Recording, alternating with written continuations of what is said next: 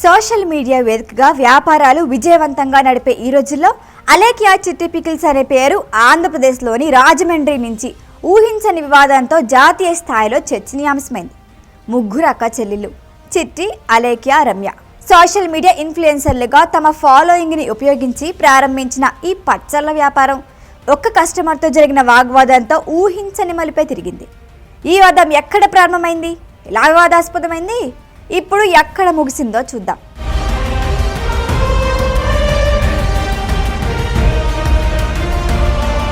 వివాదం ఆరంభం 2025 ఏప్రిల్ మొదటి వారంలో ఒక కస్టమర్ వాట్సాప్లో అలేఖ్య చిట్టి పికిల్స్ని సంప్రదించడంతో మొదలైంది. కస్టమర్ పచ్చళ్ళ ధరలను అడిగినప్పుడు కిలో రొయ్యల పచ్చడి ధర 3000గా తెలిసి ఆశ్చర్యపోయాడు ఆ కస్టమర్. ఇంత ఖరీదెందుకు అని ప్రశ్నించినందుకు అలేఖ్య చిట్టి టీం నుంచి వచ్చిన సమాధానం అందరినీ షాక్ గురి చేసింది. 3000 పెట్టి పచ్చడి కొనలేని వాడివి పెళ్ళానికి బంగారం ఏం కొనిస్తావు అంటూ అభ్యంతరకర భాషతో కూడిన వాయిస్ మెసేజ్ వచ్చింది.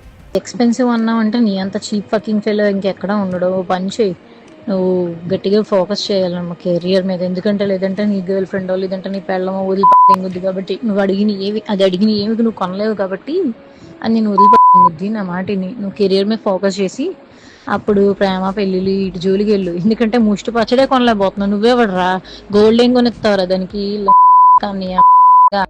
ఆడియోను కస్టమర్ సోషల్ మీడియాలో పోస్ట్ చేయడంతో విషయం వైరల్ అయింది. సోషల్ మీడియా వేదికలు ముఖ్యంగా ఎక్స్లో ఈ ఆడియో విస్తృతంగా షేర్ కావడంతో నెటిజన్లు 2 వర్గాలుగా విడిపోయారు. కొందరు ఈ ప్రవర్తనని తీవ్రంగా విమర్శిస్తూ కస్టమర్ను గౌరవించని వ్యాపారం ఎందుకు నడపాలి అని ప్రశ్నించారు. మరికొందరు దీన్ని కావాలని సృష్టించి కుట్రగా భావించారు. మీమ్ పేజ్ క్రియేటర్లు ఈ ఆడియోని వాడుకొని విమర్శల వరద పారించారు. దీంతో అలేఖ్య చిట్టి పికిల్స్ బృందం ఒత్తిడికి గురై ఆర్డర్లు తీసుకోవటం ఆపేసింది. వారి వెబ్సైట్ మూతపడింది, ఫోన్ నెంబర్ స్విచ్ ఆఫ్ అయింది. ఈ ఘటన స్థానిక మీడియాలోనూ పెద్ద ఎత్తున చర్చనీయాంశమైంది. ఏప్రిల్ 3న మెయిన్ మీడియా సంస్థలు ఈ వాదంపై విస్తృత కవరేజ్ ఇచ్చాయి. కొందరు నెటిజన్లు తెలంగాణ డీజీపీ సజ్జనార్ను ట్యాగ్ చేస్తూ చర్యలు తీసుకోవాలి అని డిమాండ్ కూడా చేశారు. అయితే ఈ ఆడియో జెన్యూన్దా కాదా అనే దానిపై ఫోరెన్సిక్ ఆధారాలు లేకపోవడంతో చర్చ కొనసాగుతోంది.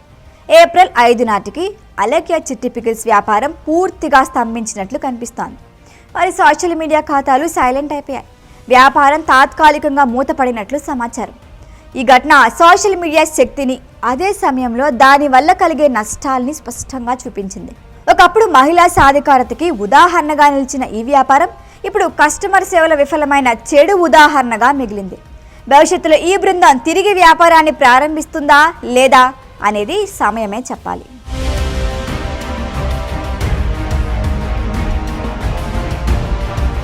ఈ వీడియో కనుక మీకు నచ్చినట్టయితే లైక్ చేయండి, షేర్ చేయండి, సబ్స్క్రైబ్ చేయండి. అలాగే పక్కనే ఉన్న బెల్ ఐకాన్ని క్లిక్ చేయండి.